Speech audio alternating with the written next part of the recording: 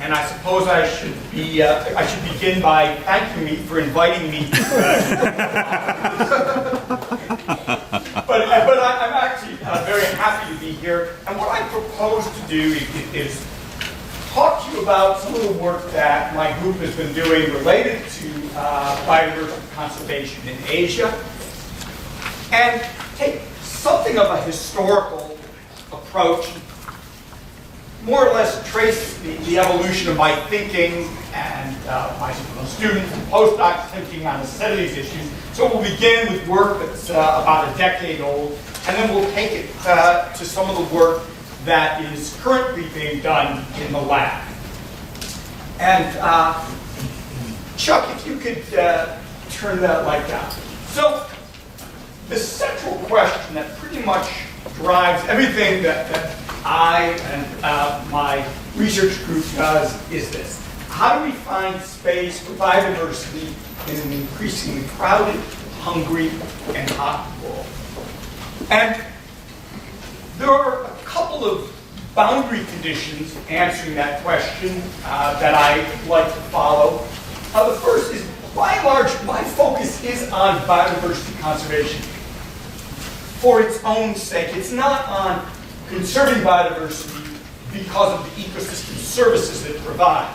So I'm interested in saving biodiversity, even if the dollars and cents don't add up in terms of ecosystem services. And so I use ecosystem services to explore what the costs and benefits of saving biodiversity would be, but I'm not necessarily arguing that the particular ecosystems, particular species I worry about are critical to human existence and welfare, although there are certainly communities and cases where, in fact, the loss of biodiversity does imperil human livelihood. Second, I like to think that the work we do is solutions-oriented, trying to find a way to make room for biodiversity, and that has an interesting consequence. As you'll see, a lot of what we do is at what I would call intermediate scales of research. So we're neither doing the very careful experimental work that you might be able to do on small plots, where you can control everything, but where there's some question as to whether those results would scale up in any meaningful way to conservation practice.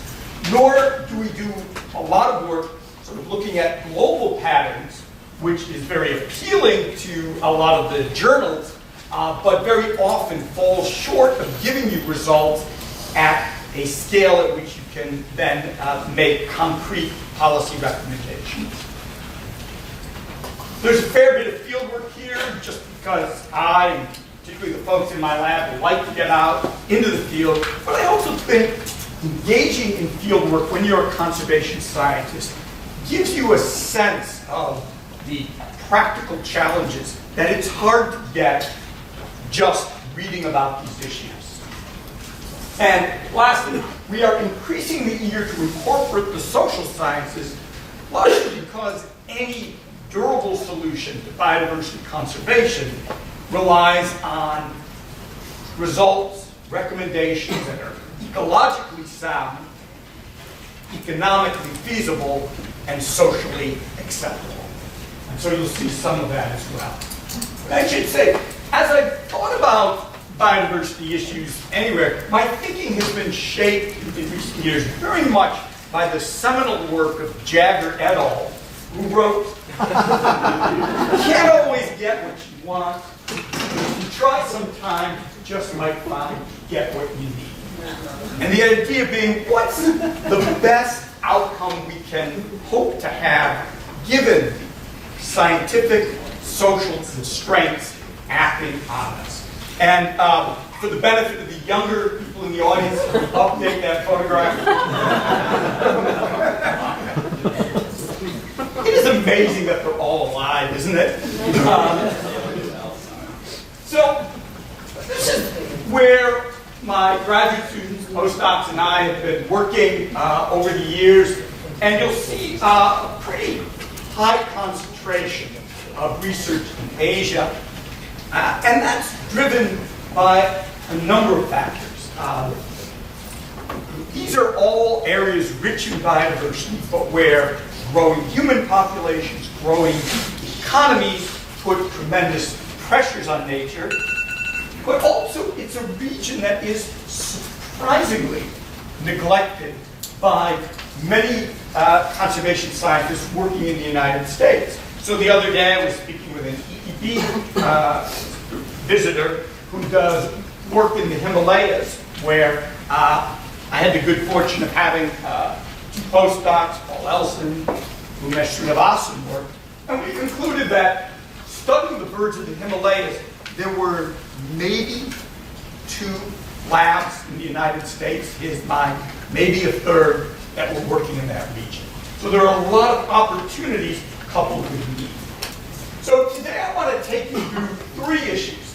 The first is deforestation and logging in Southeast Asia, and that is the oldest work, and that sort of reflects the good and the bad.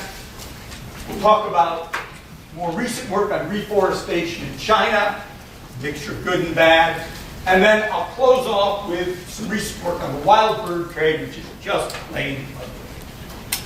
So for that first part, logging and deforestation in Southeast Asia, the region we focused on is Sundaland, shown here, with Sumatra, Borneo, Java, the southern tip of the Malay Peninsula, a region characterized by very high levels of endemism and the highest ongoing rates of deforestation in the planet. And if you take a moment and just look at this map that you put together, just note the shrinking of the green. This is sort of the historical levels of forest cover, the light and the dark green in Sundaland. This is 2000, and then down to 2010. And in fact, by 2010, about 70% of Sundaland's lowland forests had been converted to agriculture. And if you look back at the decade from 2000 to 2010, you can see that both the lowland forests and the peat swamp forests were disappearing at a very rapid rate, which has alarming consequences not only for biodiversity, but also for global climate change. And again, the major forces acting in this region have been commercial logging and agriculture. And with respect to agriculture in Southeast Asia, really in the last couple of decades, the big issue has been the spread of oil palm, where lowland forests are being cleared, plant oil palm, which in turn generates palm oil, which is a ubiquitous component in processed foods, in cosmetics, soaps, industrial lubricants, and a growing interest in using it for a biofuel. My introduction to this issue, really my introduction to conservation work in Asia, began with a graduate student, Leon Prico, now on the faculty at the University of Adelaide, who joined my research group about 12 or so years ago. He's a Singaporean, and he wanted to work in Southeast Asia, a region I had never even been to. And he wanted to look at 2 questions. How does oil palm affect biodiversity? And second, if there are negative impacts, can we make oil palm plantations more hospitable to biodiversity? And so I said, this is a great idea. It's not anything I know much about. And it was really the door to what has been now over a decade of research. So Tim looked at the impacts of oil palm on both birds and butterflies. We can make a case that these are 2 excellent indicators for biodiversity as a whole. I can also point out that I love birds, he loves butterflies. And I'm going to take you through sort of the core result. And I'm showing a very simple graph here, which is you take the community, the number of birds that you find in the old-growth forests in peninsular Malaysia, and then you just ask how many of these birds can you still find in a selectively logged forest, then in a rubber plantation, and then in an oil palm plantation. And you can see that logging crops off a chunk of birds, but the really catastrophic loss of forest birds occurs when either the old growth or the selectively logged forests are converted to tree crop plantations. And not surprisingly, most of the species that are able to persist in a rubber plantation, because the forest dwellers that can make it to a rubber plantation, can also find a home in an oil palm plantation. You add the results for butterflies. We don't have the data for rubber plantations, but you see qualitatively the same pattern. Massive loss of population. Since we put out this work, there have been many, many more studies using far more elaborate metrics than the simple one I gave you, but they all basically show the same thing. For taxon after taxon, the conversion of forest to oil palm is disastrous for the forest-dwelling species, with barely an exception, maybe ants. There's some weird thing going on with ants. And then Pin went on to do another thing, which I thought was really quite clever. He said, all right, well, can we improve oil palm plantations for biodiversity? They're clearly a disaster. And so he took advantage of in essence, the variability in the way people grow oil palm. So some of the growers, for example, will allow epiphytes to grow up all the palm trunks. Others clear those off. Some allow weeds in the understory. Some don't. Some will actually put flowering plants inside the oil palm plantations to attract beneficial insects. And in some cases, few, you will actually see little patches of forest, varying sizes, left within the oil palm plantation. So Pin took observations and constructed several models to see whether these various things, individually or in aggregation, could create a more environmentally friendly or biodiversity friendly oil palm plantation. And the answer is, it really doesn't make much of a difference.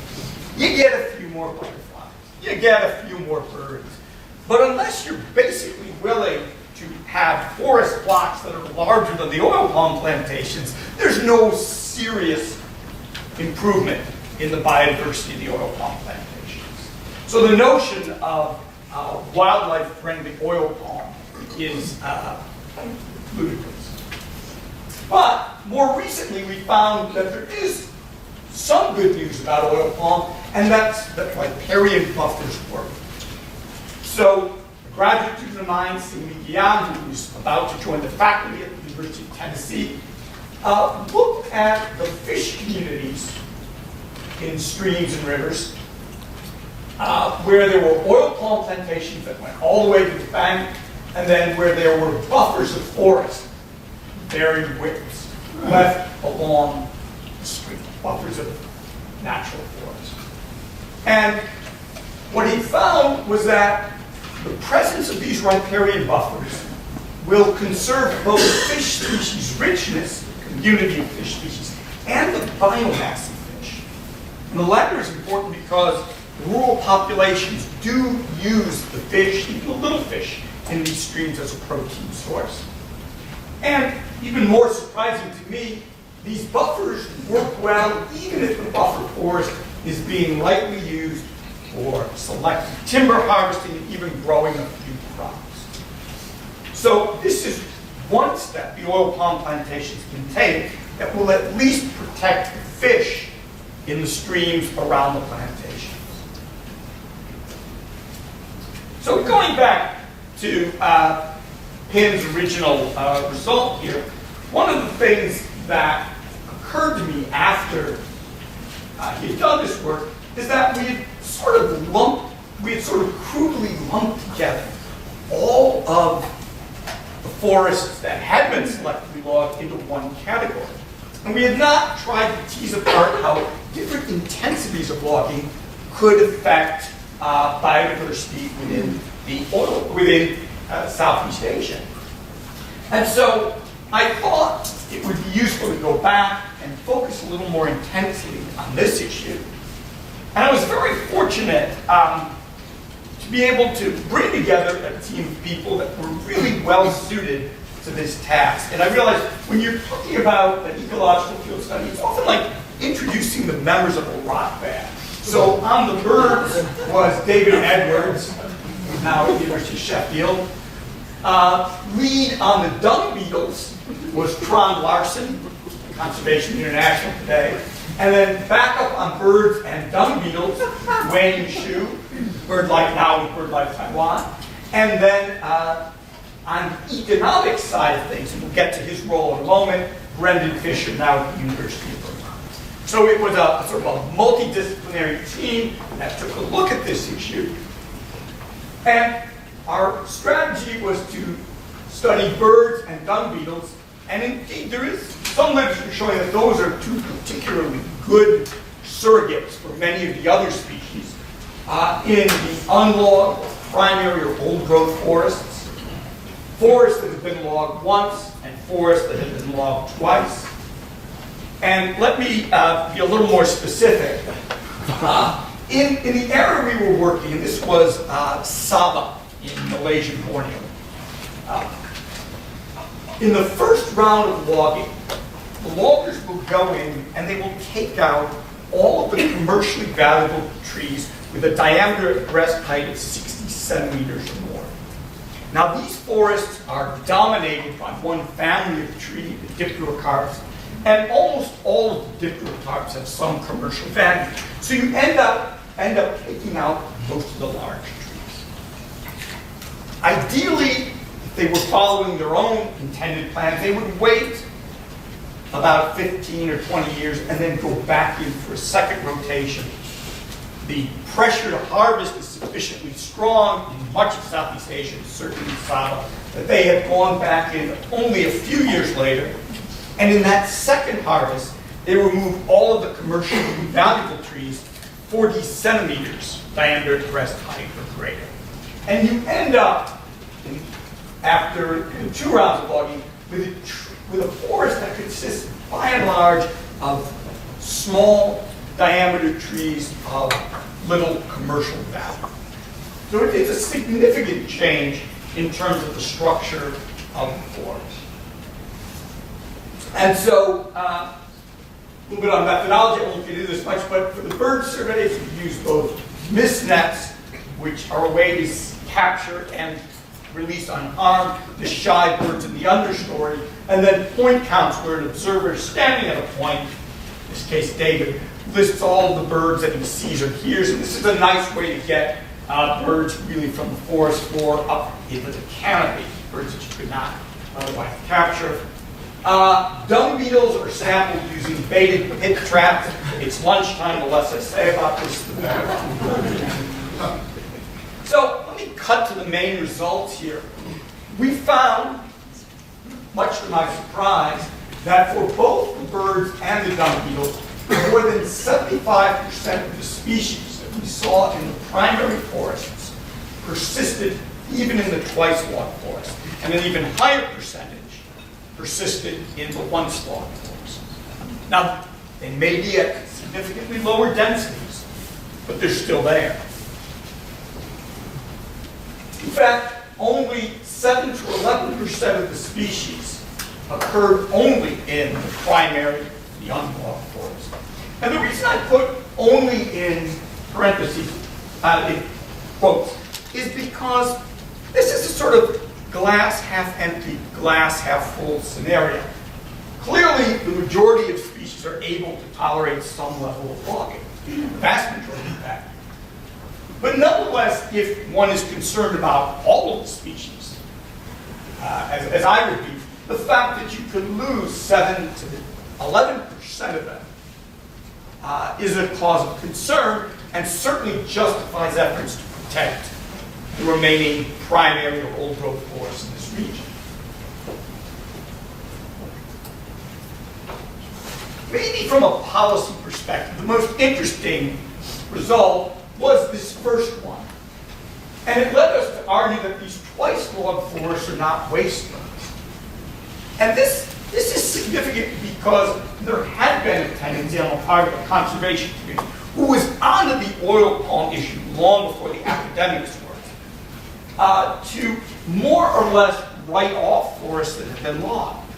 Keep focusing, understandably, on protecting the primary forest, but to more or less not worry whether the log forests were converted to oil palm. And we were saying, wait a minute, there's actually a lot of ecological value to the log forests. Don't be so quick to write them off. And I also want to emphasize, although I've talked a lot thus far about species richness, it's not as though sort of in the Orwellian animal farm, all species are equal, so all animals are equal, some are more equal than others. I mean, I think you do want to have particular concern for the species that are most at risk of extinction. So I should point out that even when we look at the mean abundance per sample of the rare and sensitive birds, redless birds, birds that were known to be highly forest dependent, and the mean species richness per point count for these birds, you'll see that indeed the unlogged forest has more of them, more species, more individuals, but it's not as though the once logged or even the twice logged forests are devoid of these. So we do see populations of the species of highest concern, some of them at least, even in these logged forests. So here's where Brendan comes into play. So the question I posed to Brendan was, how is the value of the timber, the remaining timber, changing as a function of logging? And so, to my astonishment, David Edwards, the guy who was climbing the tree, he managed to talk his way into a timber office in Selma and walk out with a suitcase with detailed logging records of every tree that had been cut in a 240,000 hectare timber concession. And we could match those trees to the market price, and we could actually calculate the value of the timber. So we found that in a primary forest, the average value of the timber was $10,500 per hectare. You go in, you take out the 60 centimeters and above the trees, and the value of the remaining timber at that moment drops to 4,000 hectares. You go back again, you take out 40 centimeters and above, and the value of the remaining timber drops to $2,000 per hectare. And this leads to an interesting comparison. So let's take a look. Let's take the condition of the unlogged, the old growth forest that's representing 100%. That's 100% of the timber value. You log it once, you lose over 60%. You log it again, and you're down to roughly 20% of the original timber value. In other words, the first cut takes out most of the timber. But remember what I said about the biodiversity. So if you look at all the birds, just the birds we missed at the understory, the dung beetles, their species richness drops off quite a bit less dramatically. And so we argue that in this space here, excuse me, there's an opportunity to conserve a lot of species at a significantly lower cost. And that you could potentially be targeting these twice-logged, once-logged forests for protection to enlarge existing reserves, to connect existing reserves, and then we hope that with time, the species richness would return to something closer to what was originally there, as those log forests were cut. Let me go on to part 2, which is reforestation in China, which is a different side of the forest issue.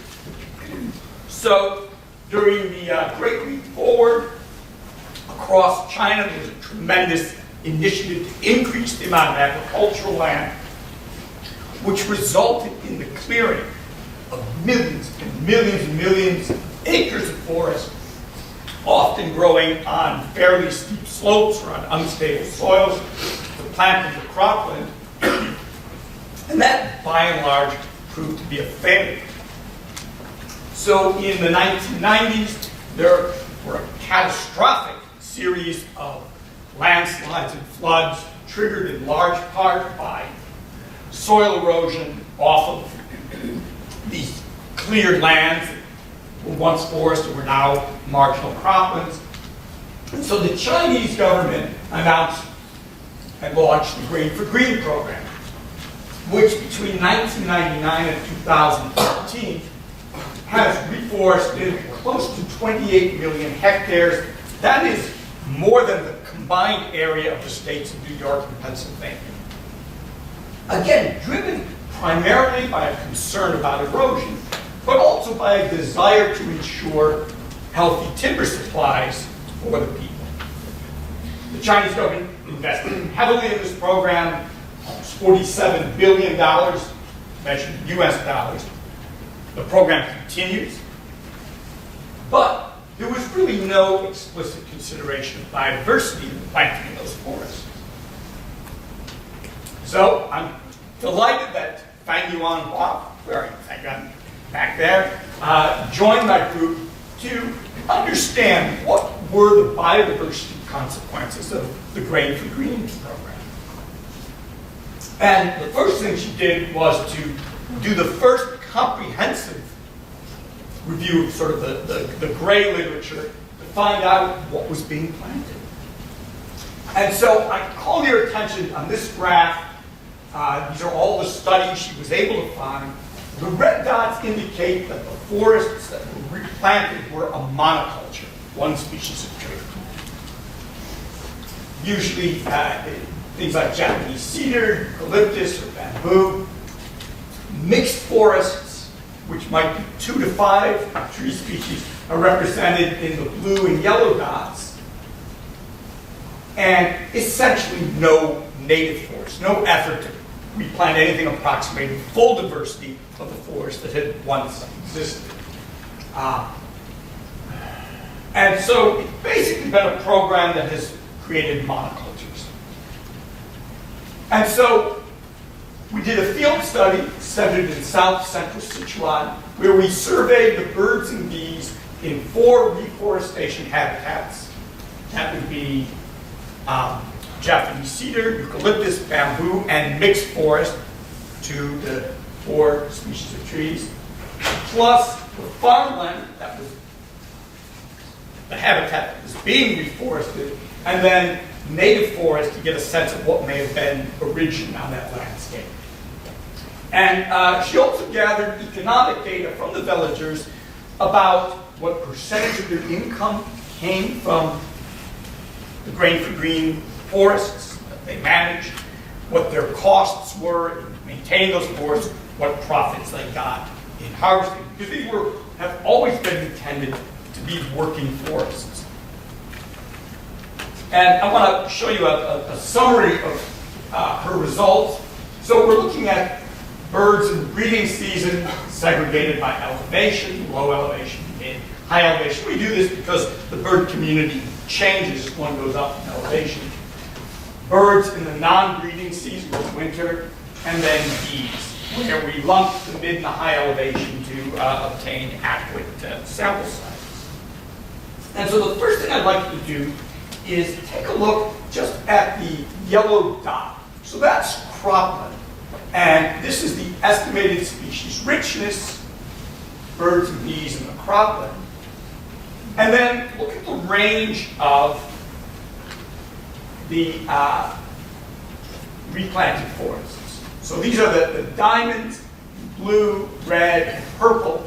And you'll see that they are usually no more than equal and often significantly worse than the cropland. No real biodiversity benefits from converting the cropland to these monoculture and mixed forests.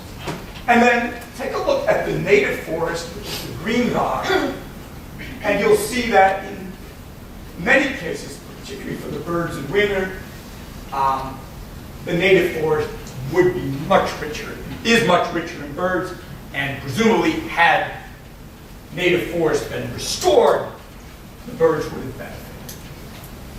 So, to summarize, reforested monocultures have lower bird and bee biodiversity than the croplands.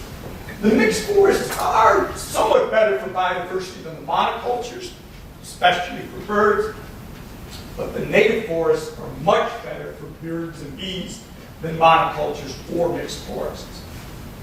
The interesting thing about the economic results was that in terms of the value to the people who manage the land, the mixed forest, that's the 2 to 4 tree species, are just as profitable as planting monocultures. And this leads to an interesting policy possibility, which is these forests are working forests, so we know they're going to be logged and replanted. Can we replace the monocultures with the mixed forests to at least get some minor gains for biodiversity, since we don't think it would incur a cost to the people who depend on the land? And thinking further, can we encourage the restoration of native forests? We don't know about the feasibility of this in terms of the environment of the site, the ecology of the trees. We don't know the economics of it in terms of what the locals would hope to recover in profit from having native forests that they could log. We would at least very much like to see some effort to study this question. In the interim, more of an emphasis on planting mixed forests than monoculture. And let me turn to the third topic I wanted to speak about, the ugly here, and that's the wild bird trade in Southeast Asia. We hear a lot about wildlife trade, but it is almost entirely focused on things like rhinos, elephants, tigers. But in fact, it is a vast business. The profits from the wildlife trade rival those of human trafficking, prostitution, and drug trade. Globally, it's an enormous issue. I was visiting Sumatra a few years back, and just going through the small towns, I was astonished at the number of homes that had pet birds, usually in little cages, hanging on the front porch. And those weren't budgies or canaries. By and large, they were wild birds that I knew had to have been caught in the wild. A little bit of research told me that about more than 1 in 5 households in Indonesia own a pet bird. Culturally, in much of Indonesia, it's an important thing. And in fact, there is this enormous trade in wild birds. We can cite a couple of species that we know have been driven to the brink of extinction by the wild bird trade. Just a couple of the most coveted birds. But beyond that, very little is known. So the problem is that you can find literally hundreds of bird species for sale in these markets. In Indonesia overall, over 1,000 species of birds. We have no long-term data on the wild populations for just about any of them. It's not like the United States, where we have tons of bird watchers who conduct Christmas bird counts, breeding bird surveys and things. And monitoring the wild populations of these birds is expensive, it's time-consuming, and maybe the biggest obstacle, it requires specialized expertise. You need people who can identify these birds by sight and sound, and there just aren't that many bird watchers. In Southeast Asia, the number is growing, but it's nothing like you would see in many other countries. So the question that I posed was, could we get reliable clues from the bird markets, which were easy to visit, as to which species might be overexploited? And that horrible question was one I handed over to Bert Harris, who's now working at the Rainforest Trust. And Bert focused on big bird market in Medan, one of the biggest in Indonesia. It's on the island of Sumatra. And it is a big market not only for the people in Sumatra, but it's also an exporter of birds to other parts of Southeast Asia. And so the approach we tried was as follows. Because we had very little data on the health of the wild populations, almost no long-term data, we identified 29 experts who we knew were very accomplished bird watchers and had been bird watching in Sumatra for many years. And so we asked them to qualitatively assess population trends for 32 species of birds, most of which we knew were popular in the Mediterranean. And we just asked them, greatly decreasing, decreasing, stable, increasing, or can't you tell? Just based on their wandering around the forest. And then we combined those data with market price and sales volume data for 32 species of birds gathered in the Medan market from 1987 to 2013. So we knew the numbers of birds passing, for each species, we knew the number of birds going through the market each year, and we knew the price that was being charged. And the idea we had was, you can imagine an axis in the 0, point here. Along the x-axis is an increase in the sales volume. More of the birds are being sold in the market versus decreasing sales volume. And then on the y-axis, the price increasing, price decreasing. And that, of course, gives you 4 quadrants, more or less. One where the price is going up, but the supply is going down. One where the price is going up, yet the supply seems to be increasing. And then 2 cases where the price is decreasing. And so we basically mapped the qualitative assessments of the experts onto this graph using our market price data. And I'll show you that in a moment, but just given the values we found, I've just corrected it as follows. So here's the 0, point. And again, price on the y-axis, volume on the x-axis. And here's what we found. So let's look at the birds that the experts said we think are severely declining. We're just not seeing them anymore. And you see that they, by and large, clustered in this quadrant of higher prices, fewer appearing in the markets. If we went to the birds that were declining, they tended to cluster in the second and to a little bit in the third quadrant, where the prices were going up, but the number being sold was also increasing. And then you can see that the ones that seem to be stable or increasing were sort of all over the map here. A number of them in this quadrant of falling, the prices are, the volume is increasing, but the price is dropping.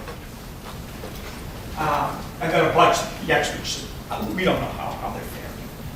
And it turns out, in fact, that this group, at least, the severely declining birds, are statistically significant as a group from the others. And so what this led us to conclude is that birds that are increasing in price but decreasing in volume in the markets, they're in big trouble. And that's a group of birds that we want to launch field studies for. Birds that are increasing in price but are also increasing in volume may be in trouble.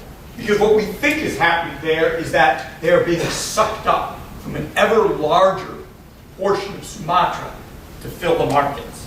And the price is going up because they're getting harder and harder to catch. If the price is dropping in the market, you probably don't have to worry about the bird. And then, because we knew what we were spending to survey the markets, we had some field work going on in Sumatra for other purposes, so we knew how much it cost to do bird surveys. It turns out that the market surveys are about 1/30 the cost of the field survey. So we think better attention to the markets might provide an inexpensive early warning system for spotting birds in trouble. And I should say, we now are wrapping up another phase of the project where we're trying to understand why people might have a preference for wild-caught versus captive-reared birds. And we're thinking what interventions might be designed to change social attitudes if indeed there are attitudes that cause people to prefer the wild caught bird. I want to, though, mention that there's an interesting double whammy that's going on for a lot of birds that we're talking about, the ones that are really coveted. And that's a combination of habitat loss and trapping for the pet trade. So, during his field work, Bert found abundant evidence of trapping 5 kilometers inside the forest. So Bert had backpacked into those forests to try to get a baseline count of what the birds were like. And even as far as he could get in with a couple of days of backpacking, 5 kilometers, it's rough terrain, there were still snares and nets and things. We interviewed the trappers in the villages, and we found that 5 kilometers was in fact the median maximum distance that they were willing to travel in search of birds. So it jived with what birds saw. And the trappers also told us that there were some formerly common birds that were now essentially gone. Things like the Sumatran laughing thrush, Sumatran silver mesia, that they used to catch, and often catch in large numbers, but they couldn't find it. So let me combine these two things. 70% of Sumatra's forests are already gone. Nearly half of the remaining forests are within 5 kilometers of a major road or village. So that's the areas in pink, and green is the areas in major forest. These are the major roads or villages, what we could pick up through Google Earth and things like that. All of the small villages and minor roads aren't counted. So you know that the birds are being hit much more than just 5 kilometers inside. So in fact, many of Sumatra's songbirds occupy far less habitat than you would think based solely on the amount of forest remaining for them. And they're in a lot more danger than people realize. So to wrap all of this up, just some final thoughts. The work we're doing raises some interesting mechanistic questions in ecology. In particular, why are some land uses, land change uses less harmful to biodiversity than others? There's a lot of research going on about this. We don't do much on this, although I think it is an interesting question. And of course, a number of outstanding economic and social questions. And the one that sort of keeps me up is, what is the scalability of our results? So we could interview and get economic data on villagers in South Central Sichuan or trappers in Northern Sumatra. But to what degree are the results we get from those studies applicable to larger areas? We think they are applicable, but we don't really know the boundaries on them. But I want to close with a plea, broadly speaking, within the conservation science community, for more research that is at intermediate scale. Essentially, we need case studies of what works and doesn't work to design effective interventions. Research that incorporates the social sciences, because I think we need to have a strong understanding of the social drivers of harm to biodiversity in order to do something about it. And again, that focuses on solutions. Because there's only so much doom and gloom that you can feed the public or government officials before they turn it off. And we need to be able to provide them with some realistic solutions. Thank you very much.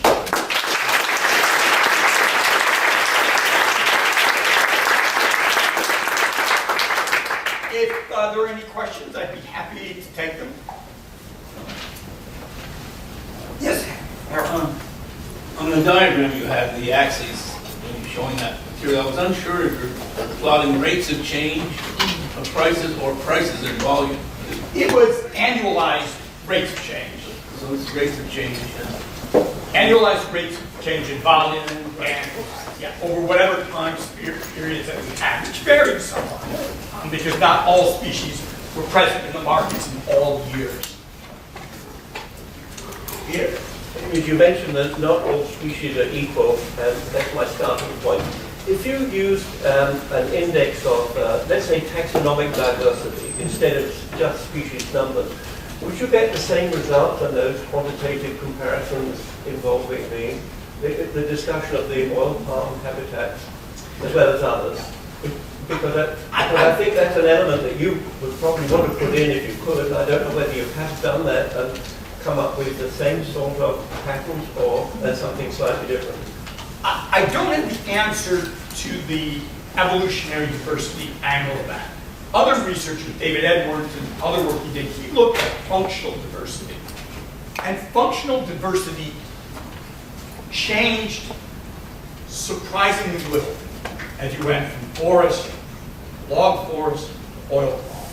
That is, broadly speaking, the different functions, understory insectivore, canopy frugivore, you would find representatives of those different functional groups, albeit far fewer species, since there were far fewer species, say, in the oil palm. And that oddly enough, has come up a few times with other studies of other taxa, that functional diversity seems to be somewhat resilient. I'm not saying inordinately so, but somewhat resilient to that change. Now, I should point out that these types of assessments are usually based on, you know what the species is, you go to the handbook and figure out what its diet is. It doesn't necessarily account for sort of what its original abundance was, or whether it might be a more important insectivore in some meaningful way, or a more important pollinator than the other species. So it's at best a crude indication. Yes? Two related questions. One is almost only about averages. Yeah. The variances, the distribution of, for example, economic value per habitat, species diversity per habitat, on biogeographical terms. But it must have lots of content. Yeah, it does. It does. And I don't claim. Yeah. And the other one is it's time to reestablish biodiversity. If you're going to China, only a certain amount of time since they put the land back, the issue of how long it might take to get the species, the ecology reestablished. So maybe that's a different question. So let me go on the first one. There's often a lot of noise in these data. There's so much noise that we think what we find may actually have no practical relevance because no two people in the village respond the same way economically or socially to an intervention. Then we're kind of loath to put forward the result. But there's no question that there's variability there that will have a meaningful impact if any of these measures are put into practice. The second one on China, I don't have a sense as to if you got people replanting the native forest, putting in a dozen or more species of trees, I don't have a sense as to how long it would be before we saw significant colonization of those forests by the birds. It's a very interesting Even question. the monocultures that were established already have been there for 3 or 4 years. How long might it take them to? It might take Well, those I monocultures, think that's still be increasing the amount of biodiversity in them. hard to judge because the rotation time on those monocultures is surprisingly short. In fact, what was it on the order of the Japanese cedar is well under 10 years, isn't it? And Japanese is about 20 years. 20 years, okay. And then the bamboo is, Bamboo is cut every year, and then eucalyptus is harvested roughly every 6 years.